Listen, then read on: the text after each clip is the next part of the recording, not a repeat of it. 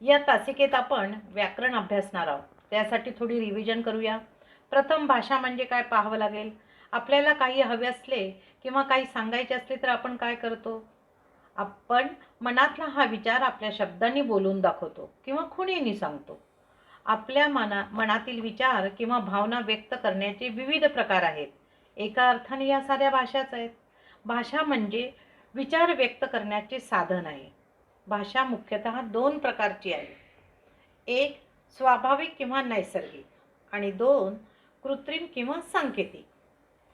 भाषा हा शब्द भाष या संस्कृत भाषेपासून आला असून याचा अर्थ बोलणे किंवा बोलण्याचा व्यवहार करणे असा होतो. आपल्या निरनिराळ्या आवाजाच्या किंवा ध्वनीच्या ज्या सांकेतिक खुणा ठरवल्या आहेत त्या खुणांनी आपण आपले लेखन करीत असतो. त्याला लिपी म्हणतो. यातील प्रत्येक खुणेला अक्षर असं म्हटलं जातं. अक्षर म्हणजे नष्ट न होणारे. आपण जी लिपी वापरतो ती मराठी बालबोध लिपी हिलाच देवनागरी लिपी म्हणून ओळखल्या जातं. व्याकरण आणि त्याची आवश्यकता कशासाठी? आपण जेव्हा बोलतो किंवा लिहितो तेव्हा आपले विचार इतरांना जसे कळले पाहिजेत तसेच इतरांचे विचारही आपल्याला कळले पाहिजेत. यासाठी आपली भाषा नीट विशिष्ट पद्धतीने बोलली किंवा लिहिली गेली पाहिजे, तरच ती शुद्ध ठरते. त्यात काही चूक झाली तर ती अशुद्ध ठरते. त्यासाठी व्याकरणाची व्याख्या पहा. भाषेची देवाणघेवाण म्हणजे भाषेचा व्यवहार व्यवस्थित रीतीने चालावा यासाठी काही नियम ठरविण्यात आले आहेत. या नियमांनाच व्याकरण असे म्हटलं जातं. 2. व्याकरण म्हणजे भाषेचे स्पष्टीकरण करणारे शास्त्र. मागील वर्षी तुम्ही व्याकरणामध्ये शब्दशक्तीमध्ये अभिधा, लक्षणा, व्यंजना पाहिले आहेत. 2 काव्यगुणामध्ये प्रासाद, माधुर्य, ओज पाहिलं. तिसऱ्या प्रकारामध्ये केवल वाक्य, मिश्र वाक्य, संयुक्त वाक्य अभ्यासले. त्यात वाक्य संश्लेषण किंवा वाक्य संकलन करा हे पण तुम्ही शिकलात. चौथ्या भागामध्ये काळ पाहिले तुम्ही, वर्तमान काळ, भूतकाळ, भविष्यकाळ. पाचव्या भागामध्ये शब्दभेद आणि परिशिष्ट. 12वीत आपण अभ्यासणार आहोत वाक्यप्रकार व वाक्य रूपांतर, समास, प्रयोग आणि अलंकार. यातील पहिला प्रकार आहे आपला वाक्यप्रकार. पान नंबर 112 काढा. पेन्सिल घेऊन बसायचं आहे तुम्हाला. वाक्यप्रकार. आपण बोलताना लिहिताना अनेक प्रकारची वाक्य वापरतो. एकच आशय अनेक प्रकारच्या वाक्यातून सांगता येतो. उदाहरण दिलंय त्यांनी, काल खूप पाऊस पडला. हे वाक्य अनेक प्रकारे सांगता येतं. 1. काल फार पाऊस पडला, विधानार्थी. 2. काल काही कमी पाऊस पडला नाही, विधानार्थी. 3. काल काय कमी पाऊस पडला का, प्रश्नार्थी. 4. काल कमी तर पाऊस पडला नाही ना, पुन्हा प्रश्न विचारला. 5. किती अफाट पाऊस पडला काल, उद्गारार्थी.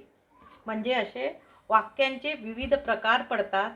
एकच वाक्य आपण 3 प्रकारामध्ये सांगू शकतो.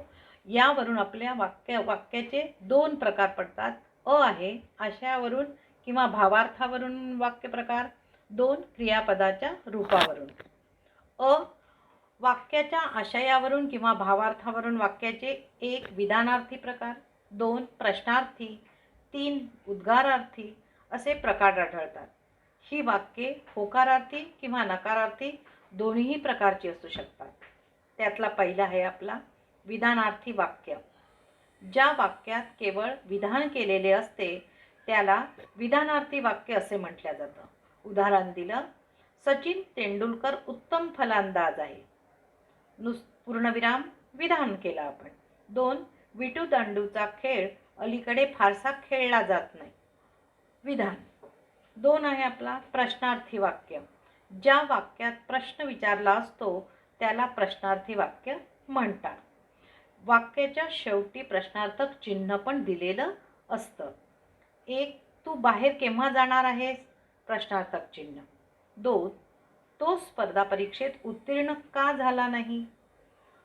पुन्हा वाक्य संपल्यानंतर प्रश्नार्थक चिन्ह जर दिलेलं असेल तर तो आपला वाक्यप्रकार मोडतो आपला प्रश्नार्थी वाक्य. तिसरा आहे आपला उद्गार वाक्य, अर्थी वाक्य. याच्यातही वाक्य संपल्यानंतर उद्गार चिन्ह दिलेलं असतं. कधी कधी वाक्याच्या सुरुवातीला सुद्धा एका शब्दानंतर उद्गारवाचक चिन्ह देता येतं. ज्या वाक्यात मनातील विशिष्ट भाव उत्कटपणे व्यक्त केलेला असतो त्या वाक्याला आपण उद्गारार्थी वाक्य असं म्हणतो. किती छान आहे हे फूल, उद्गारवाचक चिन्ह. आपण ह्या चिन्हाद्वारे हे वाक्य ओळखू शकतो. पहिलं प्रश्नार्थक चिन्हाने प्रश्नार्थी ओळखू शकतो, उद्गारवाचक चिन्हाने उद्गारवाचक वाक्य ओळखू शकतो.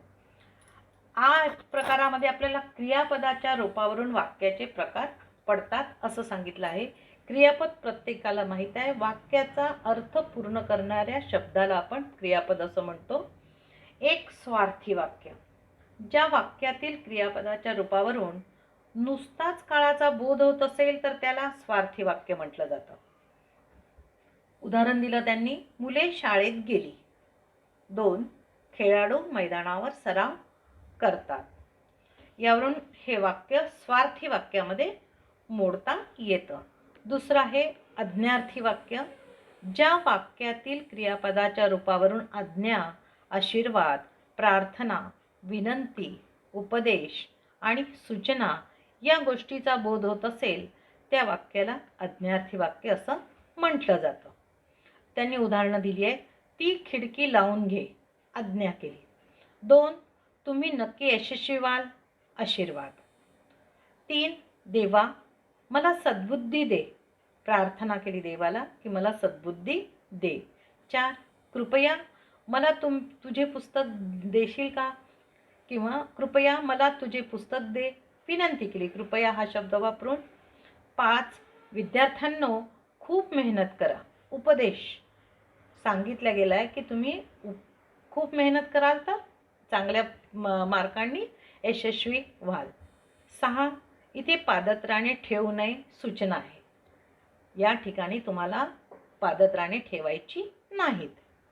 तिसऱ्या प्रकारामध्ये विद्यार्थी वाक्य. ज्या वाक्यातील क्रियापदाच्या रूपावरून विधी म्हणजे कर्तव्य, शक्यता, योग्यता, इच्छा या गोष्टींचा बोध होत असेल तर त्याला विद्यार्थी वाक्य असं म्हटलं जातं. उदाहरण दिलं त्यांनी, 1 परिसर स्वच्छ ठेवणे हे आपले कर्तव्य आहे. यात काय सांगितलं तुम्हाला, कर्तव्य. 2 आज बहुतेक पाऊस पडेल, पाऊस पडण्याची शक्यता वर्तवली आहे.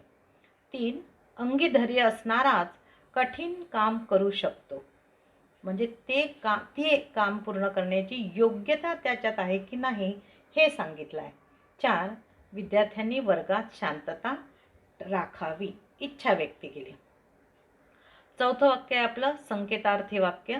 ज्या वाक्यातील क्रियापदाच्या रूपावरून अमुक केले असते तर अमुक झाले असते अशी अट किंवा संकेत असा अर्थ निघत असेल त्या संकेतार्थी वाक्य असे म्हटलं जातं. जर तरचे जे वाक्य तुम्ही शिकले आहात तेच. 1 उदाहरण दिलं त्यांनी, पाऊस पडला असता तर हवेत गारवा आला असता. 2 मला जर सुट्टी मिळाली असती तर मी गावी येईन.